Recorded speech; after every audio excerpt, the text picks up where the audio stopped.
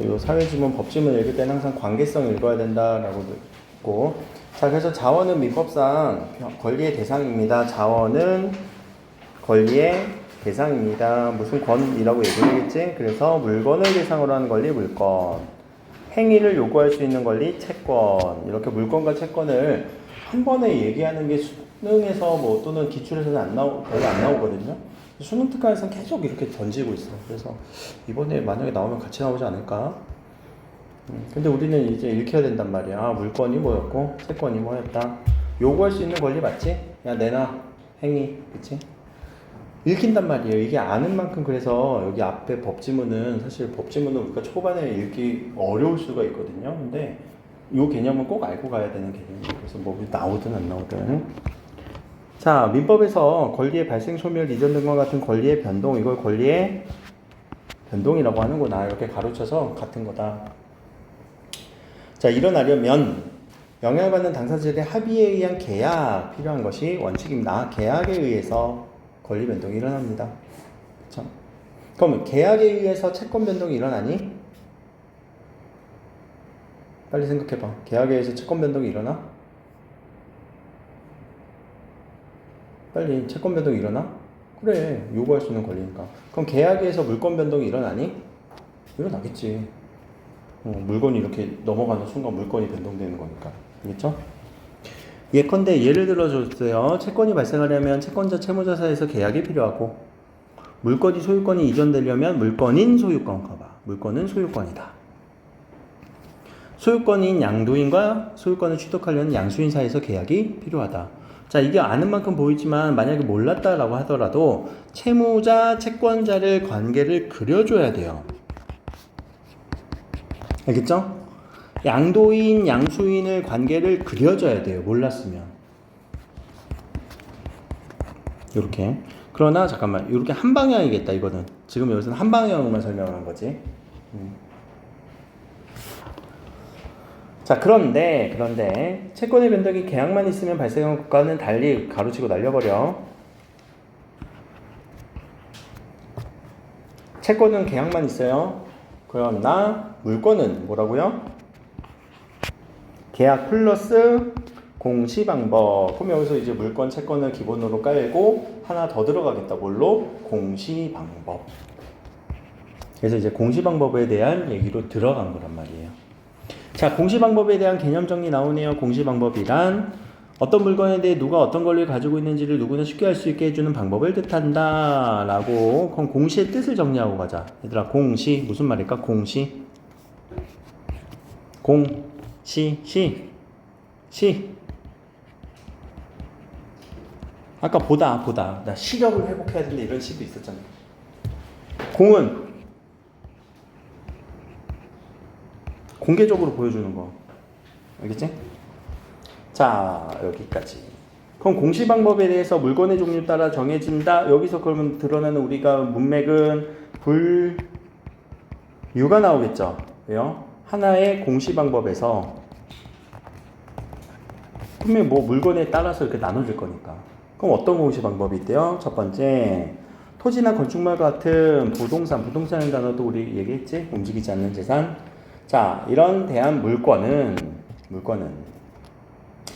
얘기하는 거 맞았니? 물건 변동은 이렇게 물건 아직 얘기하고 있었어. 공적 등록, 자, 등기, 이것도 개념어. 그러면 자, 부동산은 등기해야 돼요. 공시된다. 자, 공시 방법의 역할은 물건 변동의 당사자가 아닌 사람에게도 어떤 물건에 대해 어떤 내용의 물건을 가지고 있는지를 알려주는 것이다. 아, 얘는 당사자가 아니어도 됩니다. 모든 사람에게. 내가 아까 물건에 대한 얘기 했었지. 물건은 누구에게 주장할 수 있다고? 모든 사람. 그 얘기가 지금 이렇게. 채무자에게만 주장할 수 있는 채권과는 달리. 이것도 이해되지? 너한테만 난 채무를 주장할 수 있어 라는 얘기. 이 얘기가 지금 여기서 이렇게 친절하게 설명을 해준 거란 말이야. 이게 수능 거기로 가버리잖아. 모의고사로 가죠. 이거 설명 안 해. 이 얘기. 그렇죠? 자, 민법상의 권리 변동은 여기까지 끊고, 계약 없이 이루어질 수도 있는데, 잠깐만. 민법상의 권리 변동은 계약 없이 이루어질 수, 아까 우리 계약 있어야 된다고 하지 않았냐? 계약 있어야 된다고 하지 않았냐? 계약 있어야 된다고 하지 않았냐? 채권의 변동은 계약만 있으면 돼요. 물권의 변동은 계약뿐만 아니라. 분명히 둘 다 계약이 있다고 했었는데. 여기 이렇게 둘 다 계약 필요하다고 했는데, 근데 계약 없이 이루어질 수도 있대. 다시 앞에 주어를 보자. 권리 변동이에요. 권리 변동은 보면은 뭐가 권리 변동이야? 그 위에 권리 변동이지. 그쵸? 그 권리 변동에 포함되는 게 뭐예요? 발생, 소멸, 이전. 자, 발생, 소멸, 이전은 계약이 없어도 일어난대 라고 하면 우리가 이해가 조금 더 편할 거란 말이야. 알겠지? 발생, 소멸, 이전은 계약이 없이 이루어질 수도 있대. 그래? 발생. 계약이 없이도 발생할 수 있는 거 있니? 계약이 없는데도 발생할 수 있는 거 있니? 어떤 거? 몰라? 상속. 상속 같은 것도 뭐 그랬을 것 같아. 그치? 계약이 없었지. 아빠가 언제 죽을지 계약했어. 엄마가 언제 죽을지 계약했어. 그런 거 없잖아. 그래? 증여는 계약이지. 저번에 문제 풀어봤니? 증여? 내가 줬던 지문에서 오른쪽에 증여에 대한 얘기가 나왔었잖아요. 그래, 그런 것들이야. 그래서 나오는 그 두 번째 문장이 무슨 문장이에요? 법률의, 요 단어도 보였으면 좋다고. 법률의 규정. 내가 법률 행위, 법률 규정 이거 두 가지밖에 없다라고도 앞에서 정리했잖아. 그쵸? 다시 미안해, 보고 오자. 뿅, 여기서.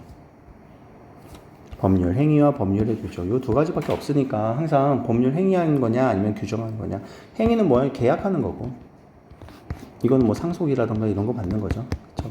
완전히 다르구나 라는 것도, 지금 이거 수능 특강을 이렇게 같이 독서를 읽어주는 거는 배경직사라는 이유예요. 알겠죠?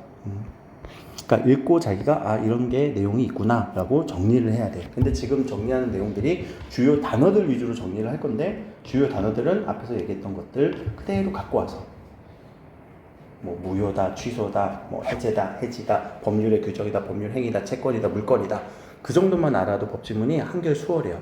그 외에 법지문도 있어요. 법에 해당하는 거. 근데 그 외에 법에 대한 거는 제가 여기 맨 앞쪽에 넣었던 거, 어떤 법에 대한 관점, 그건 독해 문제야 사실. 배경지식 거의 필요 없는. 알겠죠? 자, 그래서 무관하게 권리 변동이 일어난다. 그래, 법률의 규정에 따라서 일어난다. 이렇게 읽으면 되죠. 계약이 없이. 그러니까 이게 법지문이 이제 그 배경지식이 있는 사람도 당연한 얘기는 하고 쑥 읽혀요, 사실. 근데 우리는 법과 정치를 해도 이거는 못 읽어.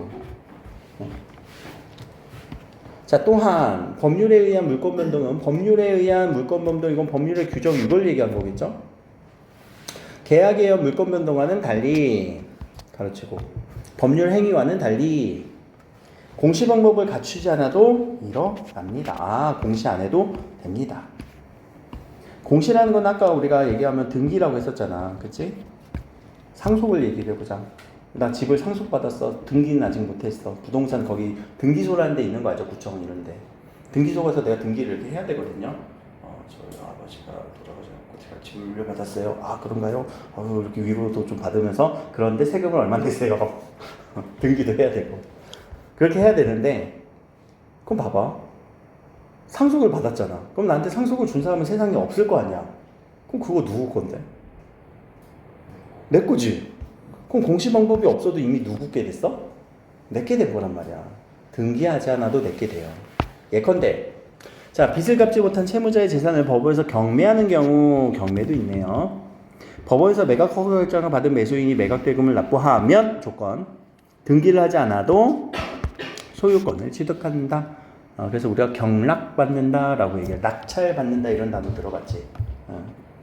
또한 부동산 소유자가 사망한 경우 망인의 배우자나 자연된 상속인은 등기 없이도 부동산을 상속합니다. 두 가지 예시를 얘기했어요. 그래서 법률에 의한, 이건 법률의 규정, 법규라고 생각하셔야 돼요. 물권 변동은 공시 방법 없이 발생하지만 나중에 공시 방법을 갖출 수 있다. 예컨대 상속인이 상속받은 주성선에 자신의 상속받은 물인 상속권을 등기할 수 있다. 알겠지? 그럼 여기서 관계, 등기를 해야 소유가 되는 게 맞지만 어디에서는요? 어디에서는요? 앞에서는요. 우리 앞에서 얘기했던 등기는, 여기서 부동산 같은 건 등기는 어떤 경우 법률의 규정에 의해서 등기가 없어도 소유가 가능하다. 그리고 나서 뭐까지 할 수 있다? 추후 등기가 가능하다. 이 정도로 우리가 정리하는 거지. 요약 말고 정리한 거야. 알겠지? 왜냐면 여기서 그냥 막 역추론해버리는 경우가 많이 있더라고. 등기해야만 소유가 가능하네요. 등기하지 않아도 소유가 가능하네요. 그럼 등기는 추후에 등기했으니까 얘는 쓸모 없겠네요. 다른 거야, 얘들아. 등기하는 거랑 소유랑 다른 거야. 다른 거잖아. 등기는 뭔데? 등록해서 기록하는 거잖아. 소유는 내 거잖아. 말이 달라요. 미안하다. 내 거라고 하면 또 요약이잖아. 안 돼. 소유는 뭐라고, 얘들아? 사용, 수익, 처분할 수 있는 권리. 어려워. 자, 물건에는, 자, 여기서 이제, 물건에는 여러 종류가 있는데, 그중 담보물건.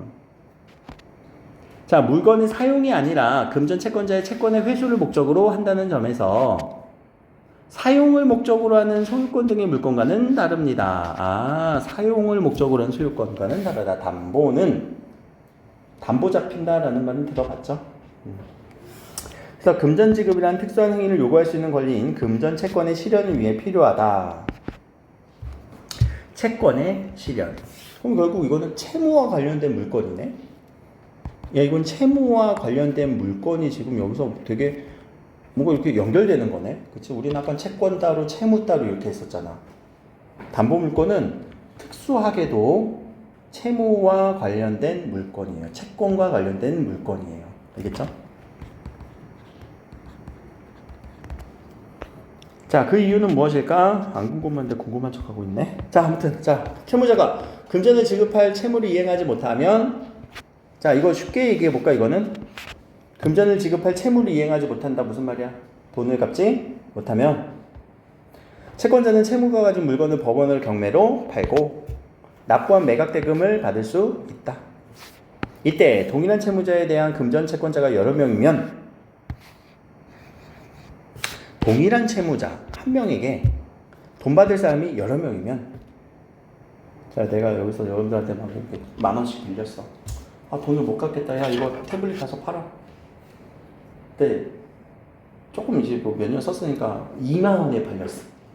20,000원에 팔린 거야. 여러분들 10,000원씩 줘야 되는데.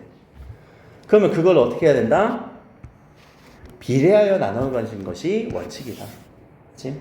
다 같이 10,000원씩 했으면은 다 똑같이 나누면 되겠지. 근데 잠깐만, 나는 지금 30,000원 빌려줬는데 이러면 걔는 곱하기 3 해주면 되는 거지. 그렇죠?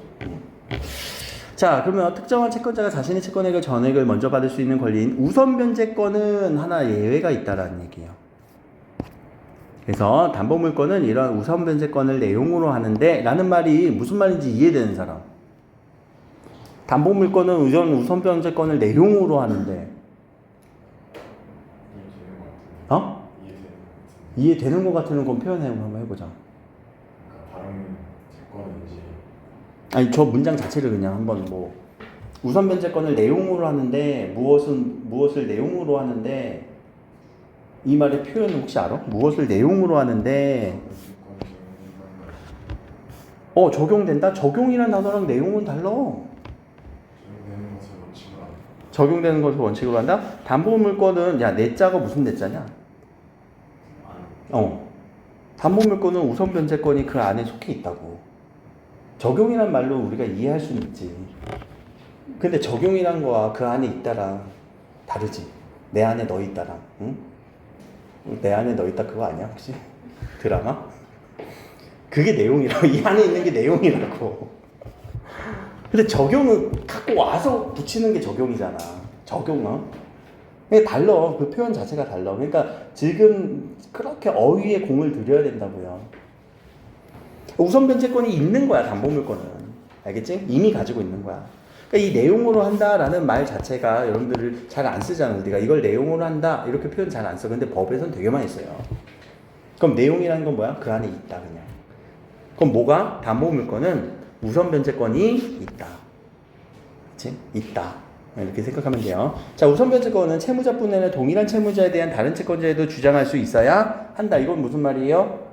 채무자뿐만 아니라 동일한 채무자에 대해서도 다른 채권자에 대해서도 주장을 할 수 있어야 됩니다.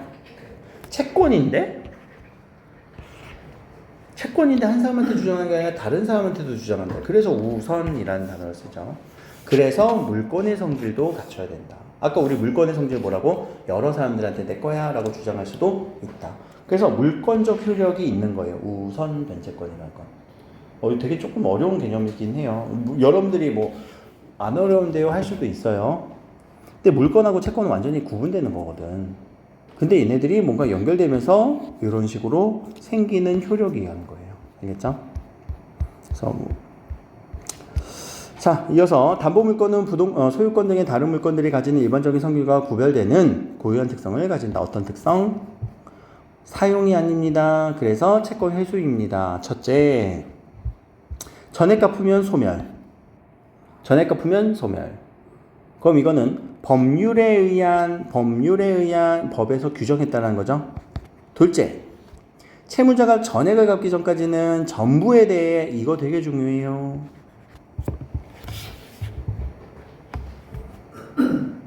전부예요.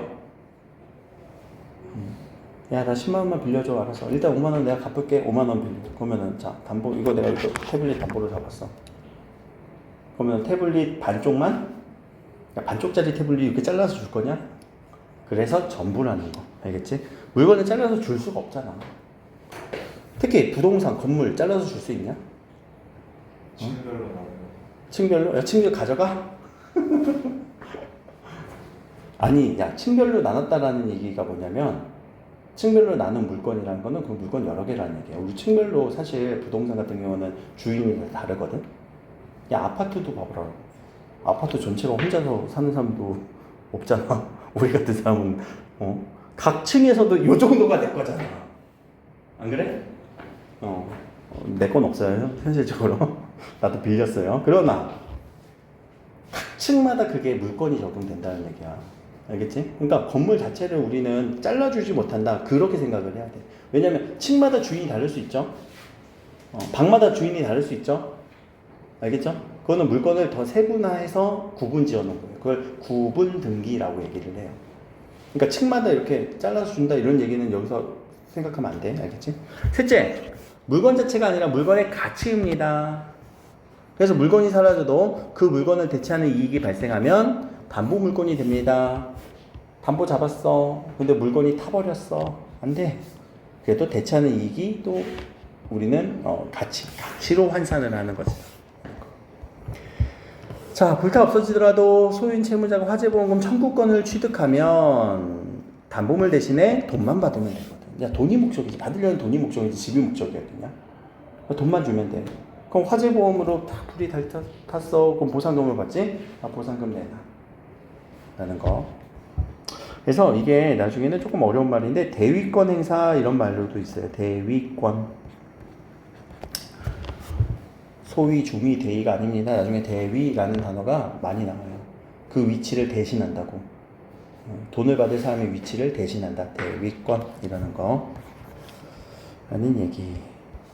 내가 법지문을 뭐 이렇게 설명하는 이유가 법은 알면 알수록 일단 뼈와 살이 될 거고요. 여러분들 인생을 사는 데 있어서. 그리고 법은 배경지식이 있어야 좀 경제지문만큼 더 읽힐 텐데 경제는 좀 배경지식이 뭐 쌓아도 안 늘어나는 느낌이라서 마지막으로 빼긴 하는데 요새는 또 경제지문이 잘 안 나올 것 같아서 굳이 내가 고통은 안 주려고 하는 거고 그래도 어느 순간에는 한 주 정도는 정리를 하려고 해요. 기본적인 뭐 환율 뭐 이런 얘기들은 할 거고. 자, 첫 번째 이제 문제 1번 같이 한번 봅시다. 윗글에 대한 이해예요.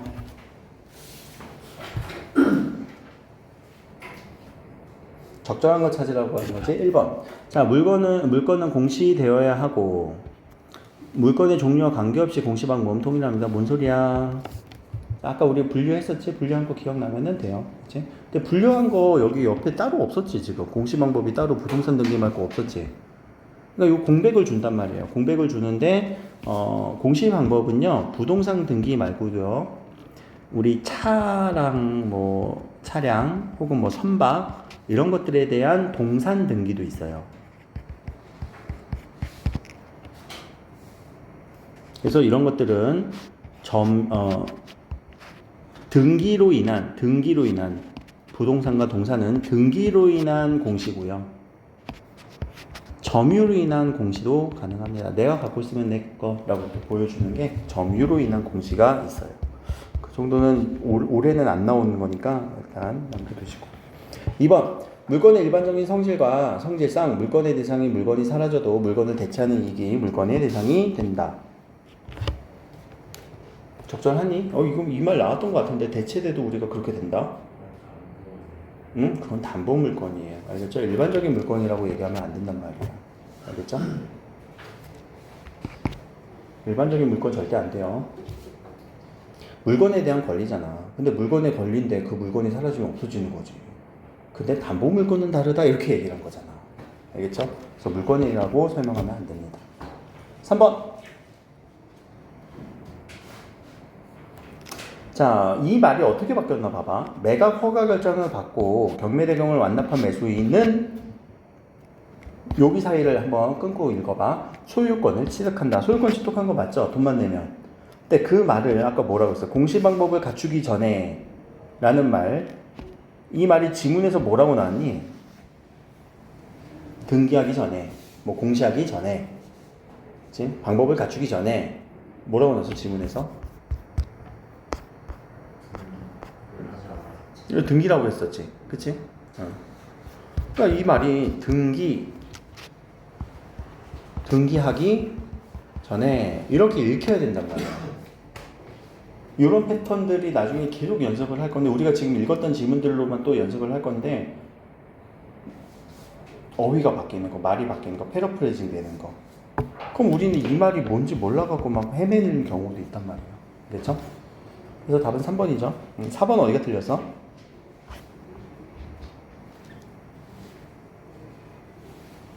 달리는 가로쳐서 날려버려야지.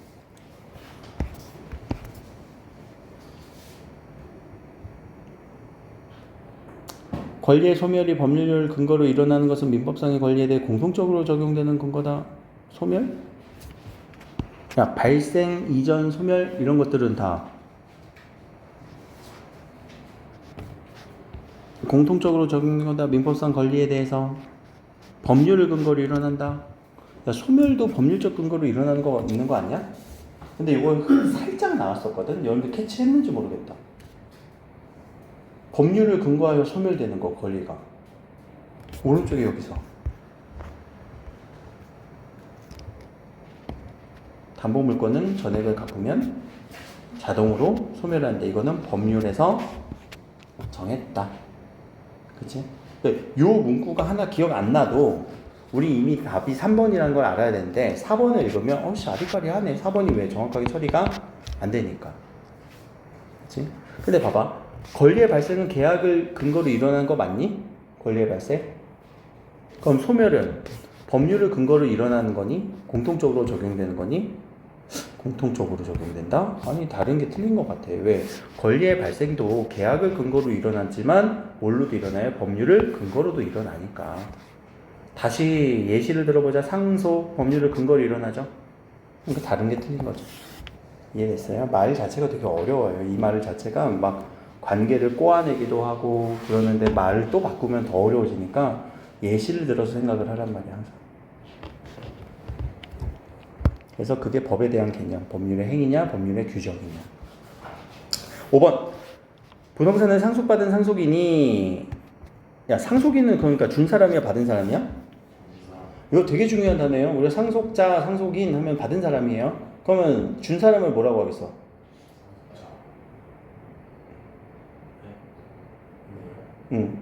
상속을 당한 사람이지. 내가 주게 되는 사람. 피상속인.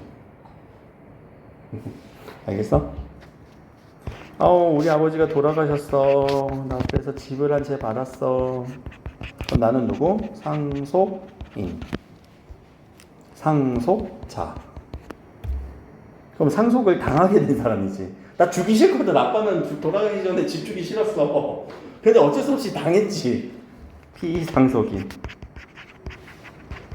이런 단어들이에요. 알겠죠? 저런 단어들에 대한 개념도 조금씩은 있어야지 법 지문이 읽히지 않을까. 자, 이어서 등기하지 않으면 공시할 수 없니? 에이, 아니지. 등기하지 않아도 어떻게 된다고 했어? 상속은 바로 자기께 된다. 그렇게 생각하면 되잖아. 그래서 이거는 예시를 아까 설명했기 때문에 이해가 되실 거고. 3번, 4번이 좀 헷갈리는 건데 3번은 확실하게 이렇게 패러프레이징 됐다. 이 부분이 이해하시면 됩니다. 그래서 다음 주에 이제 우리가 그 모의고사 전 딱 그 월요일날 수업까지 하고 나서 모의고사 제가 여러분들 수요일날 보죠? 그치? 수요일날 모의고사 본 거를 빠르게 내가 주말까지 최대한 빨리 분석을 해볼게.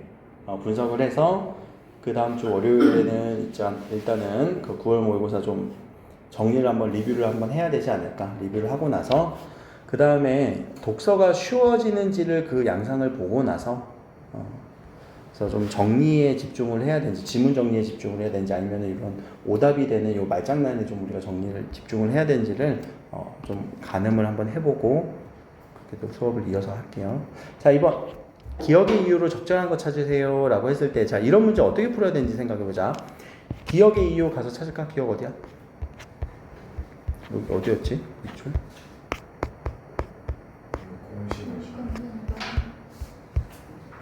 여기. 자, 물건의 변동이 이러면 계약뿐만 아니라 공시 방법도 갖춰야 됩니다 라고 했을 때 이유 얘기하세요 라고 하면은 왜? 자, 이거를 여러분들이 단답형으로 한번 얘기해 보세요. 왜? 야, 공시를 왜 갖춰야 돼? 왜?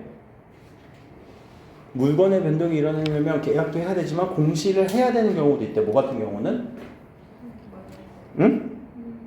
뭐. 부동산, 집. 그럼 야, 공시가 뭔데? 공시가 뭔데? 가지고 있는 거. 공개적으로 알려주는 거지, 보여주는 거지. 그럼 공개적으로 알려주는 거야, 누구한테? 사람들한테. 이거 내 거예요. 그거란 말이야. 공개적으로 알려줘야지 이 집이 누구 건지 알잖아. 이 차가 누구 건지 알는 거잖아. 그럼 그 내용을 찾아보세요. 단답형을 우리가 얘기를 하고 찾아야 돼. 조금 더 이유를 간 다음에. 물건이야. 물건은 공시를 해야 돼. 왜 공개적으로 알려줘야 돼. 그래야 내 건지 아니까. 집에다가 이름 써놓은, 야, 옛날에 이름 써놨다. 이렇게 명패. 단독주택 가면. 이름 써놓을 거니? 우리 딸은 써놓다. 이세아 집. 근데 그렇게 안 할 거잖아.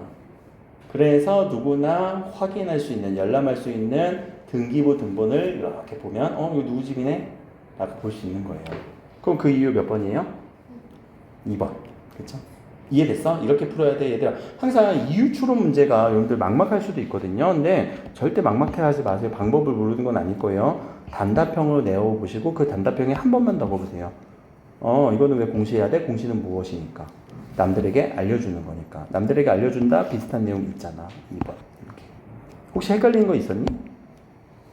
근데 이유 문제는 헷갈릴 수가 없어. 이렇게 풀면. 그냥 다른 얘기하고 있어. 그냥 아무 말 대잔치야. 그리고 적절한 거 맨날 적절한 거 찾으라고 한다? 이유는 하나밖에 없으니까. 그냥 나머지 4개는 다 아무 말 대잔치로 할 거란 말이야. 아니, 물건 변동이 당사자에게 서로에게 영향을 미치기 때문에 공시하라는 것도 일리는 있어. 이것만 보면. 왜? 공시하지 않으면 이게 누구 건지 모르니까 서로가 영향을 미치지. 근데 그거는 지금 지문에서 하려고 하는 얘기가 아니잖아. 알겠죠? 그러니까 너무 다른 생각을 갖고 풀면 안 되고, 여기서 왜 공시하라고 했어? 알려줘야 돼. 그러니까 그 정도까지의 흐름으로 우리가 이유를 얘기해주고, 그 다음에 그거랑 가장 근접한 선택지를 찾아주면 된단 말이에요. 알겠죠? 3번은 공시 방법이 갖춰지면 계약이 없어도 물건 변동이 일어날 수 있기 때문이다. 뭔 말이야 이게? 공시 방법이 있으면 계약이 없어도 물건 변동이 일어날 수 있는 건 법률의 규정에 의한 거죠. 경매. 근데 그 얘기를 여기서 하는 거야? 그건 아니잖아. 그쵸? 자, 3번 담보 물건에 대한 적절하지 않은 것을 찾아주세요. 답은 몇 번으로 갔니? 혹시 지금 한번 풀어볼까?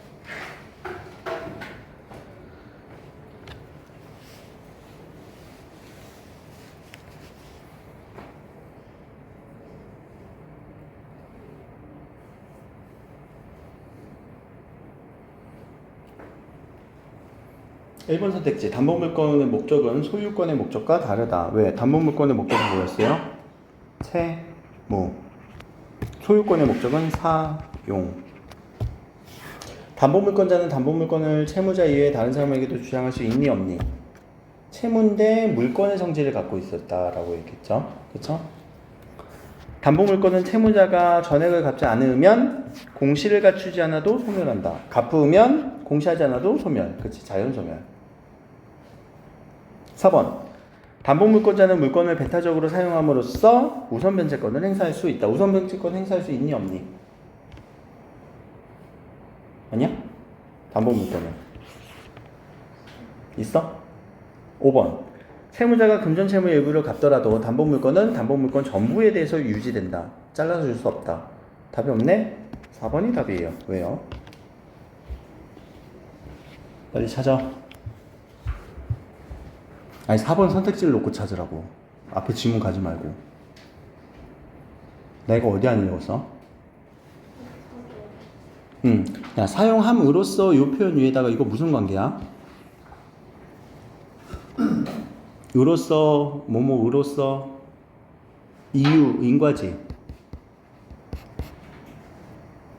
그럼 야, 배타적이라는 단어는 뭐야? 오늘 내 친구가 그러더라고. 속초로 갔다 왔는데 배나 타야 되겠다. 그 배타야? 타인을, 그치, 타자가 다른 사람을 배척하는 거야. 그러니까 넌 못 써. 그런 거 아니야? 담보물건은 넌 안 돼. 내 거야 이거. 라는 거 아니야? 하나 더 뒤에 핵심 단어가 있잖아. 사용이니? 사용함으로써 사용하기 때문에 우선변제권이 생기는 거야? 사용 안 한다고 했지? 사용의 목적이 아니라고 했지? 혹시 여러분도 그런 단어 들어봤지? 주택담보대출. 우리 집을 내가 담보로 맡기고 돈을 빌렸지. 어디서? 은행에서. 그럼 은행에서 우리 집 와서 사용하고 있니? 사용함으로써 완전히 틀린 거죠. 알겠죠? 2번 왜 맞냐고? 이외에 다른 사람. 채무자 이외에 다른 사람들은 누군데? 담보물건은 무슨 성질이 있다고 했어? 물건의 성질이 있다고 했지. 그치? 물건의 성질이 있다고 했지. 물건의 성질은 누구한테 주장하는 거야? 다른 사람들한테. 그럼 자, 채무자 이외에 다른 사람에게도 주장할 수 있다는 채무자 빼고 주장하는 얘기야? 아니지. 채무자 말고도 이렇게 읽어야지. 야, 우리가 담보물건은 먼저 뭐 때문에 발생해? 채무 때문에 발생해야지. 근데 얘가 어떤 성질까지 있다고? 물건의 성질까지 있는 거지. 그럼 채무자는 당연히 채무로 인해서 내가 주장할 수 있지. 근데 물건의 성질은 누구한테 주장을 한다고? 이외의 사람들한테. 그 얘기였어. 어렵지? 담보를 어떻게 다른 사람한테 주장해요? 담보물건을 다른 사람한테 주장을 못하냐고? 그 사람 담보로 맡긴 거에 대한 등기. 그거는, 그 과정? 구체적인 방법? 등기를 해요, 그것도. 담보물 등기를 해요. 근데 여기서는 그 방법은 설명을 안 했죠. 그러니까 뭐 전세권 설정 등기, 이런 거. 근데 그것까지 이제 알면은 이제 그게 이제 탐구 보고서 내용이 되는 거죠. 주제 탐구 보고서. 수능 특강이 뭘 풀었더니 이게 너무 궁금해서 저는 알아봤습니다. 정법 선생님 세특에 써주세요. 자, 4번 문제 답은 몇 번이니? 유치권이라는 것 혹시 가다와 본 적이 있니? 유치권 행사 중 들어본 적 있어? 건물에 이렇게 본 적 없어? 유치권은 담보를 잡았는데 돈을 안 갚으니까 그 물건을 쓰지 마! 라고 하는 거예요. 그래서 공사대금 지급받지 못했어요. 그래서 점유를 확보하는 거예요. 다른 거 하지 마! 지배하는 거예요. 유치권은 모두 법률로 규정되어 있는 상황입니다. 자, 그래서 점유를 시작하면 발생하는 거예요. 점유를 상실하면 소멸해. 이거 좀 신기하지? 그러니까 거기 점유하고 있어야 된다고. 그래서 계약의 근거로 성립하는 물건과 구별은 됩니다. 그러나 피담보 채권이 이게 무슨 말일까? 피담보 채권이 실현되면 채권이 실현됐어요. 담보를 당하고 있는 애들한테 채권을 시행했어요. 돈을 갚으면. 그렇게 우리가 이해하면 돼요. 이런 단어들이 어려우니까. 돈을 갚으면 소멸합니다. 그래서 담보물건의 특성입니다. 다만 이익에 대해서는 대체하는 이익에 대해서는 유치권자는 아무도 권리를 갖지 못한다. 다른 부분이죠. 대체하는 이익이란 게 뭐야? 불타면 아까 그 화재 보상금을 가질 수 있는 담보물권과 달리 유치권은 불타도 못 받아. 라는 얘기겠죠. 자, 유치권도 물권임을 성립하면 채무자뿐만 아니라 모든 사람에게 주장할 수 있습니다. 따라서 소유권 계약의 법률 기준에서 건축자인 사람이 넘어갔더라도 유치권자는 건물에게 양수인에게 유치권을 행사할 수 있습니다. 얘 돈 안 갚았어. 그러니까 나는 못 내나? 라고 해서 유치권. 그래서 유치권 행사 중이라고 해서 이렇게 막 걸어놓고 막 이런단 말이야. 근데 거기 사람이 있을까 없을까? 아까 여기서 봐봐. 점유해야 된다고 했잖아. 근데 점유를 상실하면 소멸이잖아. 그럼 점유한다는 게 뭐야? 내가 거기 가 있어야 점유지. 막 용역들 있고. 그것도 점유야. 근데 거기 용역이 이렇게 계속 서 있니? 밤낮으로? 그럼 용역 가면 점유권 상실인데? 그래서 뭘 걸어놓은 거야? 펜스. 그렇지. 이렇게 펜스를 해서 유치권 행사 중 이렇게 쓰는 게 그것도 점유로 간주하는 거예요. 뭐 그 정도예요. 자, 그래서 밑에 답을 한번 봅시다. 몇 번으로 갔니?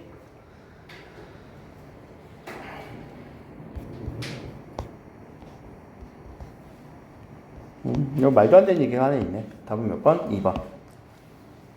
미안하다. 나는 그냥 보면 다 말도 안 되는 얘기다라고 생각을 하긴 하는데 2번이야. 내가 너무 쉽게 얘기했나? 야, 절반을 지급받으면 절반이 유치권 소멸한다 이런 얘기 있었어? 아니지. 아까 물건에 대해서 어떻게 전체를 다 해야 돼. 그러니까 전체 완납을 해야 된다고. 오케이? 다른 것들 이해되나 보자. 경매로 취득한 매수인에게 행사할 수 있다. 요거는 행사할 수 있다. 이렇게 연결해 줘야 되고 보기랑. 화재로 소멸하더라도 화재로 소멸하더라는 게 뭐야? 앞에서 대체하는 이익. 화재보험금이 대체하는 이익이지. 그렇게 연결할 수 없다. 등기하지 않으면 유치권을 행사할 수 있다. 안 와도. 등기하지 않아요. 그냥 점유만 하면 돼. 가서 내 거야. 너 돈 안 갚았잖아. 해도 돼요. 자, 사실상의 지배를 그만두면 의사표현을 하지 않았더라도 유치권이 소멸됩니다. 그치? 그러니까 플랜카드 다 띄워버리면 얘 유치권 안 하려나 보다. 없네. 용역들도 없네. 그런 얘기예요. 자, 바꿔쓰기에 적절하지 않은 것은 답 몇 번?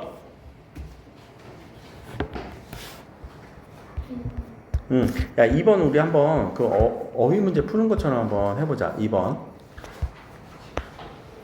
A, B, B가 무슨 단어였지? 어딨냐? 뜻한다. 자, 누구나 쉽게 알 수 있게 해주는 방법을 뜻한다. 의미한다. 유의어로 바꿨지. 그럼 의미한다. 여기 들어갈 수 있니? 의도한다? 의미한다? 의도한다? 의도한다. 의도는 뭐야? 행동을 그쪽으로 도달할 수 있도록 유도하는 그런 느낌이지. 그쵸? 뜻한다. 아까 뜻한다 였잖아.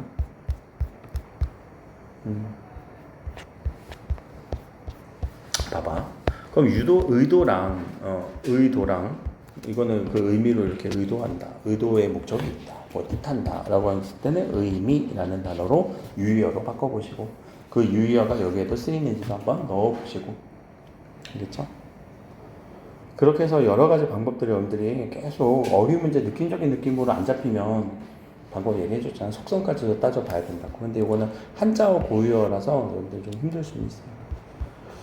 자, 여기까지입니다. 그래서 다음 요 뒤에 질문들은 한번 여러분들이 읽어보시라고 문제까지 풀어보시고 하다가 뭐 어려운 거 있으면 저한테 얘기해 주세요. 하나 제가 뭐 설명해 줄 부분 있으면은 설명해 드릴 테니까. 근데 마지막 요 주제통합 8번 같은 경우는 이게 통합 문제다 보니까 가나 나지문 중에서 꼭 하나만 딱 잘라서 나올 수는 있어요. 알겠죠? 그래서 이런 지문들은 이거 실질적으로 지문이 2개구나 라고 생각을 해 주셔야 돼요.